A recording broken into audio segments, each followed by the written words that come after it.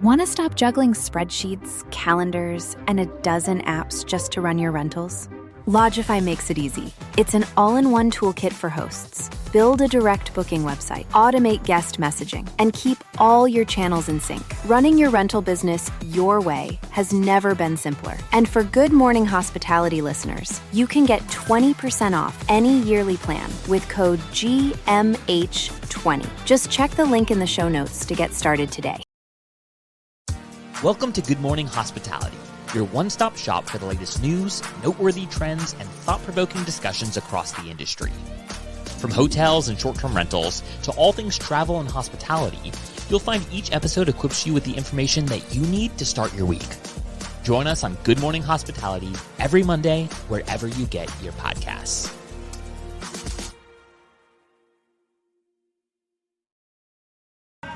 You still make my heart beat fast. Ferrari with me in the wave, but in the morning.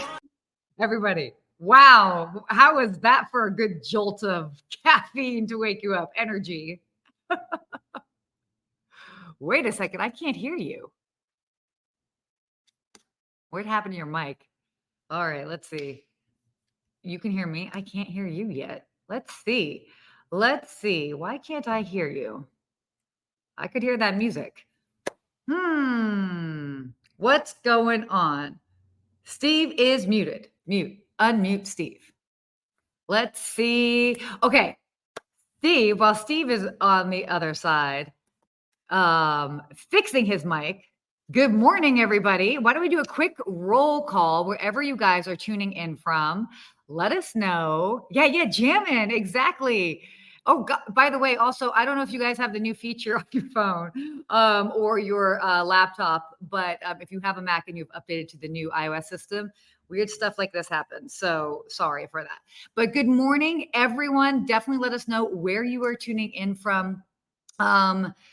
So we've got Steve will be joining us back in just a second, a little bit of technical difficulties, but where are you guys joining in from? We've got Esteban joining us, Nina, Alexandra, Brett. I'm seeing you guys. Good morning. Miami, Antonio. Love that you joined us. Nicholas, hello from Cyprus. Hello, Stella from North Bay Village. Love this. I'm here live in Los Angeles. The sun is going to be coming up in just a little bit. Argentina. Esteban joining us from Argentina. Love Argentina.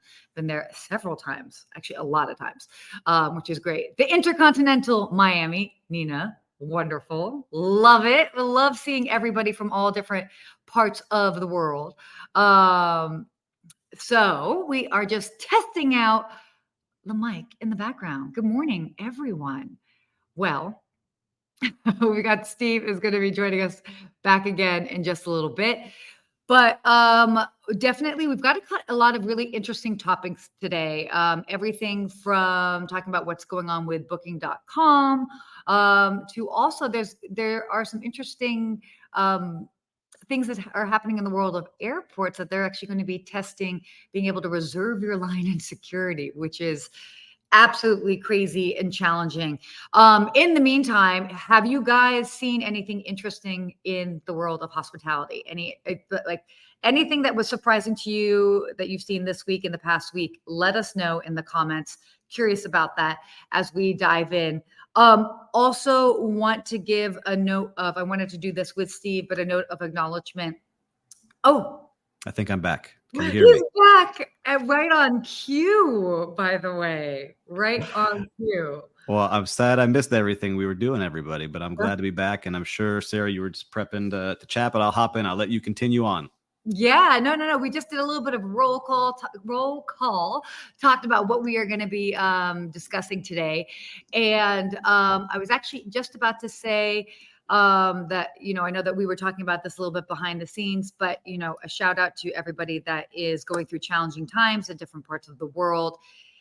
It has been really hard to see all the news. And so I know that we are just sending out our heartfelt condolences and support to anybody that is needing it, especially in the area of the Middle East. Yeah, I would say just from all of us, we have a lot of friends in Israel, so people who listen to the show that are listeners all the time, different companies that we work with. And it's just a shame what's happening. And we're here to support everyone out there, and your thoughts and prayers, we're sending them to you. So anyone listening today, send those vibes over to them. It's just terrible what we're seeing across the world. Absolutely. So again, sending nothing but hopes for peace and everybody to be safe and lots of love. So that being said, we will switch the energy in the room a little bit, but we had to acknowledge that. I can't just hop on here necessarily, just dive into that. But let's go ahead and start on our first topic.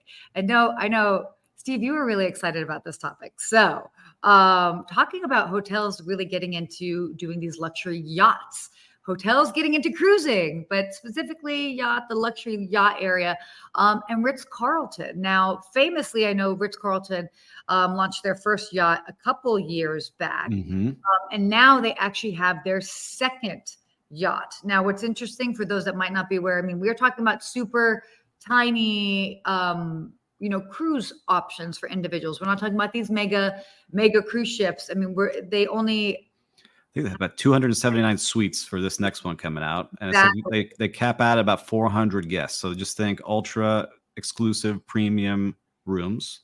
And I just had a friend that went on. I didn't realize, but I was just kind of scrolling through social media, and a friend just was on it. And the room looks awesome, like bigger than any major hotel room, but every room is like a suite.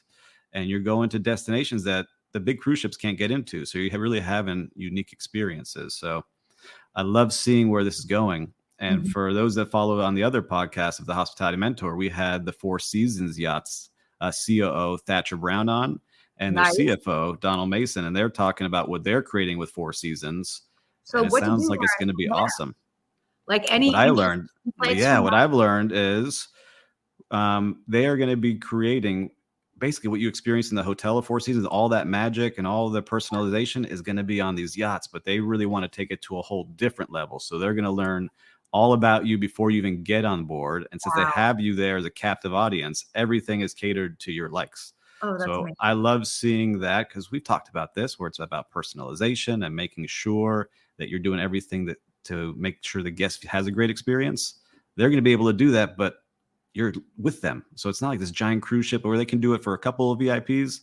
Everyone's a VIP on these yachts, and you're able to live, again, that lifestyle that you really like, because you might like that brand. You want to travel on a cruise with them. Now you can stay in residence with them, which we're going to talk about later. So there's all this stuff happening in hospitality that's really exciting. I think it's great too. And it's this reminder, for those that have, maybe been in the, in the luxury hospitality space, I'm actually forgetting off the top of my head, how many employees a property should have per number of guests, like basically capacity? Is it 3? Well, luxury hotels, it's tough. Like when you go to other countries, they can have like 3 to 1. In the US, it's almost like 1 to 1, 1.5 to 1 in the true luxury. And some hotels right now are really staffed, it's not even close. But when you can get some other countries, that's why you see it. Like when I travel to Thailand and say the Mandarin Oriental, it was like 5 to 1. So everywhere you look, there was someone waiting for you. But that's how it's going to be on these cruise ships, is everything you need is going to be taken care of for you. And I can see, Brett Rayon is a great chef here from Miami, excited to be on this luxury yacht. So let's see if we can get him on there. And Antonio Racias, I know a lot of people in that industry. So it's going to be exciting to see where this continues on. But I love seeing it. Would you be going on one? What do you think? Oh, I would totally go on one. I mean, I have been very, very lucky that I've been able to go on sort of yacht / cruise experiences of various sizes. And the smaller ones, the more intimate ones, even they may not have been super, super luxury, like the brands that we know, like Ritz-Carlton, Four Seasons.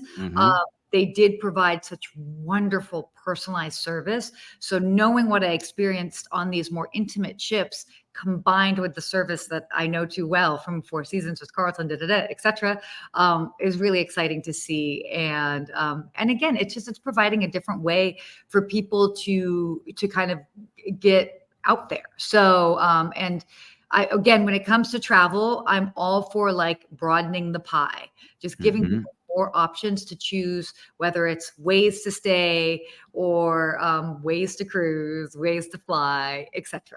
Well, yeah, what I like about it is you can go to these unique places, because when you think about it, when you go on a cruise, especially I'm here based in Miami, you kind of hit the same ports over and over again. It's just a different ship. Yeah. right? So I'm excited to see where these go and the itineraries they start putting out, because you can really check out new places, have some new adventures with the people you love. So Totally. congrats to these guys continuing to push it. And I'm curious, one other question I had for you, like which brand would you want to see get into yachts that has not yet? Ooh, that's a good question. That's a really, really good question. And for listeners out there, why don't you put the brand in that you would want to travel with on a yacht if you could? Yeah, I'm trying to see if I have one. Oh, Peninsula. Ooh. Oh my gosh, that would be amazing. Peninsula Yachts. All right, Peninsula Hotels. You've got Sarah and I to start bouncing ideas off of. I like that one. Oh, let's go. All right, moving on to our next topic, which you were kind of just talking about here. This, came out with Rosewood. Rosewood Hotel Group is committing to branded residences. Now, this is exciting. Steve, chime in on this. So I like seeing what's happening across hospitality, where you get these brands that are starting to make residences. And Rosewood is making a big push. They actually have one here in Miami Beach that's coming soon. Mm-hmm. And they're bringing their brand of hospitality, because imagine when you're staying at a hotel, a lot of times like, wow, I love this bathroom. I wish I could have this at home. Or man, this couches or this balcony, I wish I could experience this. And now these brands hear you. They're creating places that you can actually live and have that service with all the amenities of these resorts. Yeah. And Rosewood is making a big push, and they see that people want it. And they're looking for places that are high demand cities where they have luxury buyers and that people want that lifestyle. And so they're making this big push into a lot of markets now. What's interesting, they're actually due to, and I can speak to this just because of where I'm based, but they're looking to do residences in Beverly Hills. And I find that fascinating because we don't have any Rosewood property in the Los Angeles area. So interesting that they're making a play in, the Beverly Hills, Los Angeles area with their residences. So very, very smart. Again, as we kind of talked about I love it when I see hotel brands that are kind of diversifying the way that they're offering, like ways to stay, ways to travel, ways that you can experience their brand, just in a new way. So it's definitely interesting to see. Yeah, I'm seeing a lot here. I guess I'm lucky where I live in Miami, because now we have the first time St. Regis residences, the Edition residences going up, the newly announced Mandarin Oriental residences. Yes. It's just wild to see all of these hotel branded residences going up. But from a developer side, and talking to some developers, are like, it just makes it easier to sell because people know that brand. So when we come up with the name of a building, I'm like, all right, I don't really know much about it, but when you tie in that hospitality brand, they really feel like, wow, I know this brand. I know what it stands for. I know the lifestyle. I can already imagine what my life's going to be like living in one of these places. So I love seeing it. We got to get some new sponsors here, so you and I can buy one of these places. We can start building up our sponsorships. I'm all into that. That would be great. But again, it's exciting to see. Definitely as a hospitality person, to just kind of see it grow, evolve, and it's and I think even like from the operation standpoint as well too, those that are working in the industry can learn so much from it as well in different positions. And it's different too. I'm curious because I see a lot of people leaving the hotel world and getting involved into residences, some of these ultra luxe buildings. Totally. And I see a lot of with concierge and like the front desk. Have you seen some of your friends do that? Countless, a very, very, and a lot of them. I know that even when I was, still in hotels, I definitely had a brief moment that I was like, oh, I actually considered working at a residence, because I was like, that could be kind of cool, because it's like, you still have like the same guest experience, but like you've got them for a longer term. And what's that like? And you can have those real deeper relationships. So, it can definitely be really interesting, and I think potentially rewarding, working in that environment as well too. So, different ways to consider it depending on. I've seen one of the residents this year, which I think is cool, is like they memorize everyone's favorite coffees for all their residents. So when they come out in the morning to get their car from valet, they have their coffee ready for them, how they like it. So I started seeing those things like, wow, all right, I like these kind of cool branded. That's the thing is that like when you've got those, it's a residence, so these people are living there, you can know their preferences in such detail that's when you can do those really special wow moments. So Love that story. That's really neat. Yeah, Really. I loved it. I love seeing it, and I hope more and more people get to experience that. Yeah. Oh, absolutely. Okay. Shifting gears here. Shifting. Let's do it. Okay. I'm not going to do that ever again. Oh, goodness gracious. Booking.com. This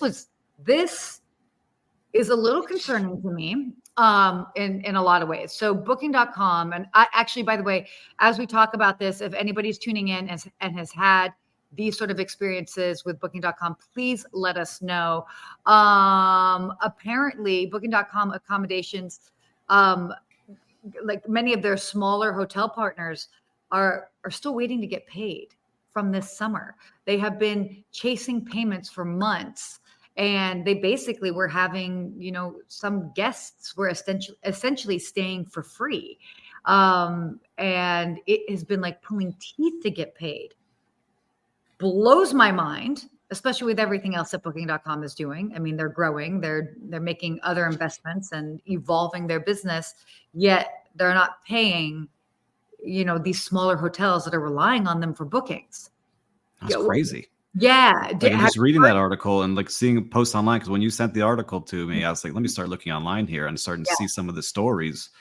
And again, like, it's unbelievable. Booking is multi-billion-dollar company. In the industry now, you see how reliant we are on OTAs, where some of these hotels are going out of business because they couldn't recover the money. They couldn't get customer service. They couldn't get someone on the phone. They were emailing people on their personal Facebooks if they said that they worked for Booking, trying on LinkedIn, and they couldn't collect money. Now, this is a small portion of the company doing this, right? But still, you're out $100,000, $150,000, and you're a small operation. That's gigantic numbers to them, right? It may not be for Booking, because I've seen that on the other side, working in a hotel where Booking changed their model. And one of the hotels I worked at was like, we don't agree to that change. We're not going to have our hotels on your site anymore. And I just remember we were quickly back on there because they were generating so much traffic to that company that it was like, all right, how tough do we want to be? But it just shows that you got to really look at your direct booking and how you can generate that, because when you're relying on an OTA, you really don't control that customer. And it's fascinating. And I don't know how many people have paid attention to this, but even if you're just looking at stocks and like, let's say you want to invest in like different travel companies, if you look at comparable OTAs and see their stock evaluation versus Booking, it's like booking.com is tenfold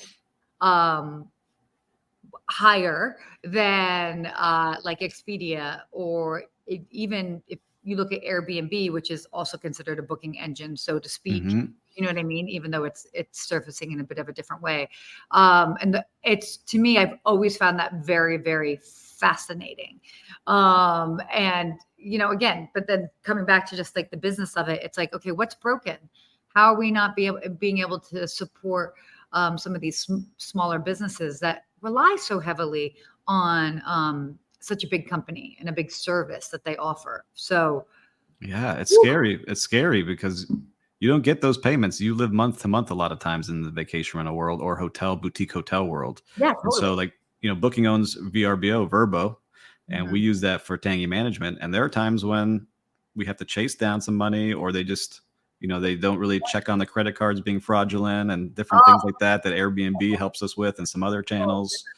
So we love taking the direct bookings because we can control the entire experience from beginning to end. So I think that's the message I took away from seeing all of this is, whether you're a hotel that's large, boutique hotel, vacation rental, how are you driving direct bookings? How are you providing that value to that guest that they want to rebook with you?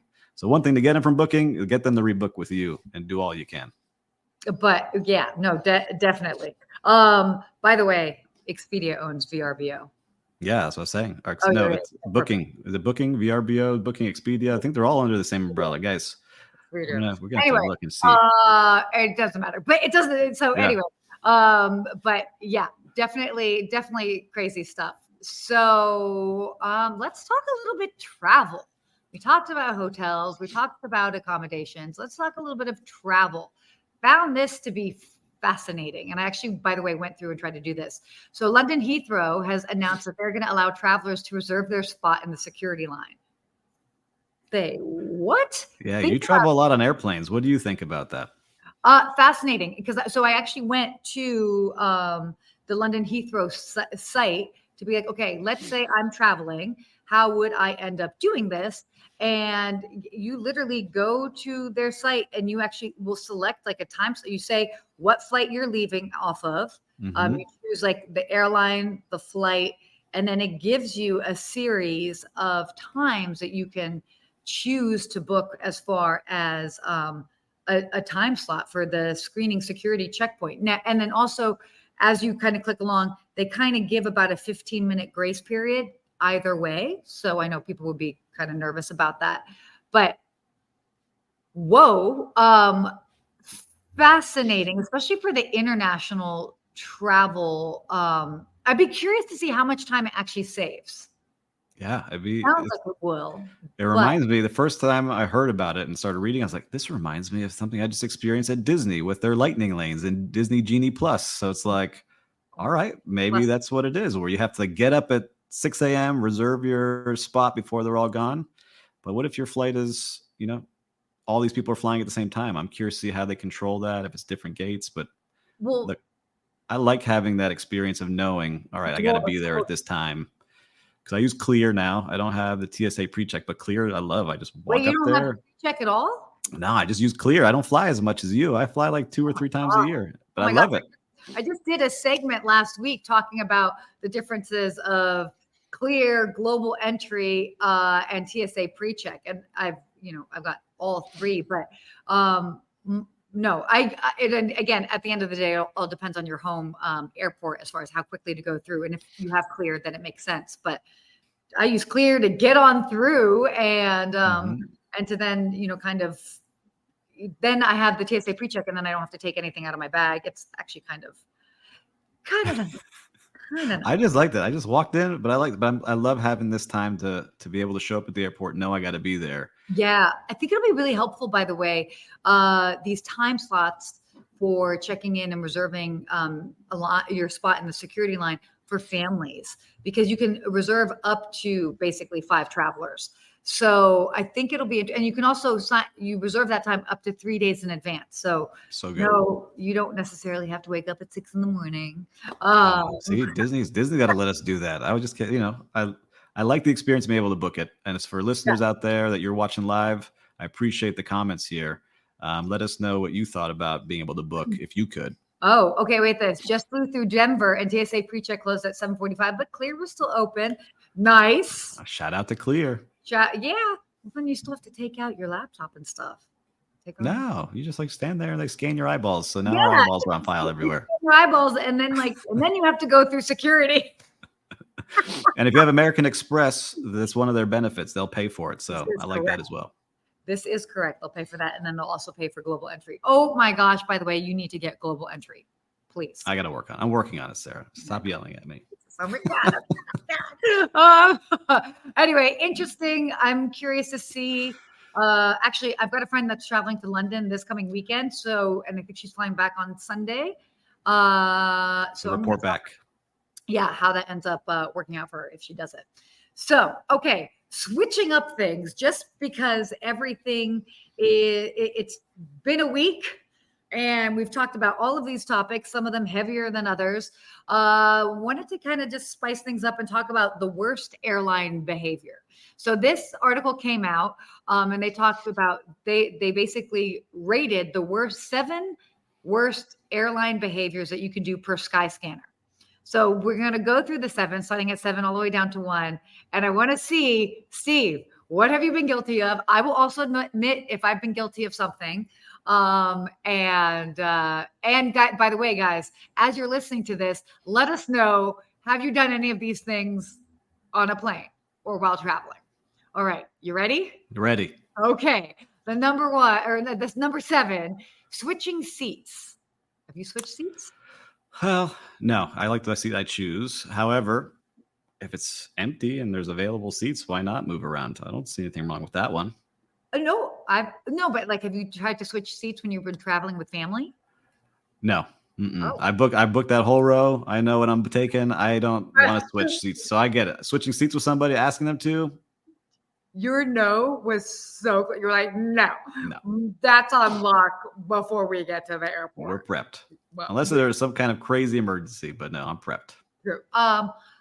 No, I've asked to switch seats before. I've definitely asked to switch seats. When I've been traveling by myself and I was stuck maybe like for some weird reason in the middle seat, and I knew for a fact that there was like a window seat that was open. And I'm like, hey, I've asked the flight attendants if I could switch. I've also been on a flight with a significant other, and like he and I booked at the different times, and the next thing you know, we were like, well, it would be nice if we could sit together. And so we were those people that asked, and of course he's like, you got to ask, like you're the female, and I'm like, okay, fine. So yeah, I'm guilty of it. That's that. And Jim says never, and the flights are packed. So hard to switch seats once you're seated. That is true. I think they're packing us in even more now. Oh, totally. Okay, number 6, using both armrests, considering if right? Yeah, we're hospitable people, you know. Yeah, I love your face is hilarious. You're like, no. I have lean to one side. But like, number 5 is reclining your seat. I mean, I recline my seat. Why, if it wasn't meant to, why would it have it on there? Agreed. And by the way, I love that you say that. I think it's so weird when people are like, you shouldn't recline your seat. And I'm like, wait, now there are ways you should recline your seat. Like maybe you should like not just go like so quickly and then like inch it back slowly. Just to gauge. Well, you have to keep in mind on when you're reclining your seat, because let's say they've already done drink service and they've got like their ginger ale in front of them, and then you go like that, and then it goes everywhere and it's all sugary. That would be annoying. So recline your seat, just do it carefully. I love some of these comments coming through with Marcia talking about changing seats. I have a saying that she regretted it. The next thing she knew, a child was kicking her the seat the entire time. I get asked by families all the time. I'm like that easy target. They're like, oh, this chick's definitely she's got a soft heart. And I'm like, I do. All right. Well, number 4. Oh, this is. Oh, middle seat gets to use both armrests. Yes. I don't know. You don't know? Yeah. I guess so. Yeah. I never sit in the middle seat. Definitely don't. Yeah. No. In theory, I don't like to sit in the middle seat, but sometimes when I change my flights last minute, I get stuck there. And so I definitely try to be as compact as possible. Yeah, for sure. Okay. What's the next one there? Taking off your shoes or socks. Ooh, yikes. God. So that's wild to me. Long flights, shoes with socks on, but not taking off your socks. Right, that's crazy. Yeah. Like long flights. And I mean, I've done some like overseas and like 14-hour. Right, they tell you to like take them off so you don't get swelling. But taking off your socks is a little walking around barefoot. I will say, when I was coming back from Sri Lanka last year, I was the only person that had shoes on. The entire flight was barefoot, and I was like, I also understand there's like a cultural element to it as well too. Mm-hmm. And at that point, you've got so many people that are used to walking around barefoot. I was like, well, whatever. But I definitely looked around. I was like, wow, I stand out. This is wild. Yeah. So I guess let's go. We got number 3. Yep. Unwanted conversations. Yes. Okay. I actually, by the way, have an article coming out about this soon that I'm going to be sharing, is how to stop those unwanted conversations, because oh my gosh, it can happen. And it's more than just like putting on your earphones. Like I've had people that continue to talk to me while I have headphones on, or they're this or whatever, or they start venting, or then they're sharing their whole life story. And sometimes you just want to go to sleep. Yes. Hey, man, I appreciate the convo. I just want to read my book. Right? Yeah. Like that's what I want to do. Like sometimes, I mean, and half the time, when you really pay attention, it's just people being lonely. So like, it makes sense, but like, whew, I'm good. Yeah. We'll see. If we got headphones in, don't talk to somebody. Oh, this is the one I hate the most. Using your speakerphone. Oh my gosh. Oh yeah. Blah, blah, blah, blah, blah, blah. I'm like, OMG. Yes. Yeah. It was, who will appreciate it was my partner, Victor Ferry. We were not on the plane, but on the train that we took, the Bright Line train to Orlando. And someone was on her speakerphone the whole time. And I just started watching her and just like kind of staring at her and saying, oh, that sounds good. I like it. And it was a very important meeting. Like she was talking about financials and different things all on speakerphone for everyone on the train to hear. Anyhow, but we stared enough at her that she finally got the hint, and I was like, "Oh, that was pretty I cool." understand how people think that that's okay. I really don't get it. Please, And by guys, the way, no speakerphones out there. I know some of you out there do this. Don't do it. no speakerphones on conversations. And then also, if you are traveling with kids, totally a fan of like you making sure that your child has something to watch. I get that. Headphones. Headphones, please. Headphones, because I can only listen to Peppa the Pig so much, or Bluey out there. Any Bluey fans? Oh my gosh. And last, personal grooming. Oh, this is the number one worst habit to have, worst action to do on a plane. Personal grooming. Have you ever seen people doing stuff like clipping their toenails or like doing weird stuff like that? Yes. But it's not, everyone's watching people. All right. So if you're scratching your belly button or your butt or picking your nose, people see what's happening. All right. And so I tell this people in hotels all the time, like people are always watching. Everybody's watching. That's right. For sure. And especially now everyone's got cameras. Don't end up on TMZ doing something crazy on these planes with personal grooming. But not personal grooming, but I know we're running long on time here, but I had a guy on my most recent flight put his hand over the chair. So like stretching, and left it there. He fell asleep and it was on my TV screen. So I just started touching his hand, caressing his hand lightly, and he freaked out. He freaked out. That's what he gets. That's what he gets. So behave on planes, everyone. Behave. We're out in public. You know how to behave in public. Just do it. Like, I get it. Flights are long. You want to be comfortable, but you are in a public space. There are certain rules of engagement. Okay. Real-time recap. Have you experienced something interesting in hospitality this week, Steve? Well, I was lucky enough. I think I can share this. I was lucky enough to be at the friends and family practice for the new Rayo's Italian restaurant in Miami Beach. That's opening at the Lowe's Miami Beach Hotel. It opens on October 25th. Okay. And they start taking reservations next week. So it's an ultra famous restaurant out of New York that only has like 15 tables that no one can get into. And now you can experience here in Miami. And you might have also seen it because they're selling their famous sauce in the grocery stores now. So Rayo's is a great experience. I'm excited for it to finally open. So then I was told, don't share any social media and don't share any reviews until we are open. I said, you got it, guys. Don't worry. They'll be fine. They'll be fine. I know they opened up in Los Angeles a couple of years ago. I think it's still open. It was definitely a big bang when they opened, and then a little bit like it got a little bit quiet. But yeah, definitely good stuff there. My real-time recap.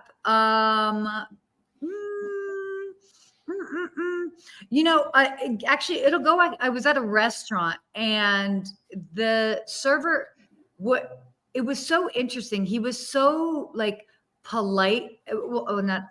He was so fun and personable, and it was just like it added so much to the experience. And it's this reminder that, look, we've all been out to dinner a gazillion times.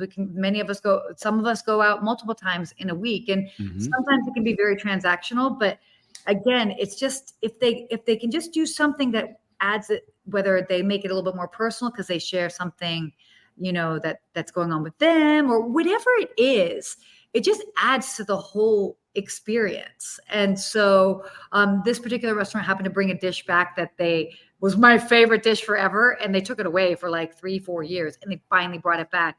And he was like, that was before my time, but he's like, everybody's so excited about it. So it just like, it just made the whole experience. And it's so simple. But again, sometimes with these real-time recaps, it's a reminder that just that simple, taking that moment to connect with people really just makes all the difference, whether you are in a restaurant, at a hotel, at a residence, whatever that might be. So connect with people, because that is the key to hospitality. I love it. Good way to say it. Totally. Okay. You want to say what our hospitality quote is for this? I would love to. Yes. Our quote this week is, your most unhappy customers are your greatest source of learning. And it's very true. And I'm a big believer in this. Our guests and customers tell us what they want in the reviews all the time. And so for my teams, I would always say, whatever they're saying that we're doing well, keep doing it. If they're asking for certain things, let's add those things. And if they're telling us we're doing something wrong, we already know what to do. Let's fix those things. So it's not rocket science. It's not rocket science. So definitely make a point, go through your reviews. I used to do that for several of the properties that I worked for. I would actually respond to all the TripAdvisor reviews. And I was just like, Oof. yeah. Ooh, I would have to thank you for your feedback. Yeah, because but at the end of the day, I was like, hey, like there's a trend. Like this is like people are complaining about the service like at the rooftop bar, or they're complaining about this or whatever it is. Not the one-off where somebody was saying the price of cheese was too expensive. Yes. Like, okay. No. That's weird, but okay. What do you expect? It's cream cheese in a hotel. It's going to be expensive. But again, it's like you use what's trending, so to speak, and then actually take action on it. Yes, that's the key. Definitely the key. So love that quote. Oh my gosh. I know we went a little bit longer today. We want to be mindful of everybody's time. Everybody's got busy schedules. But this was a really fun show. This was great. We covered a lot of different things. We packed a lot in, and everyone needs to behave on the planes we see. Everyone's watching. I appreciate you finally joining, Steve. Well, listen, the technical difficulties here at the beginning. I don't know what's going on, producers. We got to get back on this. No, we got it. No, it's all good. So as a reminder, if you be sure to, share this, subscribe on all of the channels that you happen to listen to your podcasts on. Also, if you want us to talk about a topic that you see or something that you've seen going on in coming episodes, let us know. You are connected with us online. Share those topics. We're happy to cover them. Also, we've got the GMC report as well too. Be sure to sign up for that. The Good Morning Hospitality report. Love that. We need to share that link next time. Yeah, we got to put it in our episode. But also, guys, make sure you subscribe. Leave us a rating and a comment, because it's a huge help to all of us, and it spreads the word of what we're doing here, and we can all have some more fun here today. And a big thank you to the producers in the background, by the way. Oh my gosh. Whoa. We got all these. Sorry, that's Apple. That's Apple doing all this thing. Claire for helping in the background, as well as Will. They help us come live to you every week. So big shout out to them. Always so great. And thank you guys for tuning in. More next week. See you next week, everyone. All right.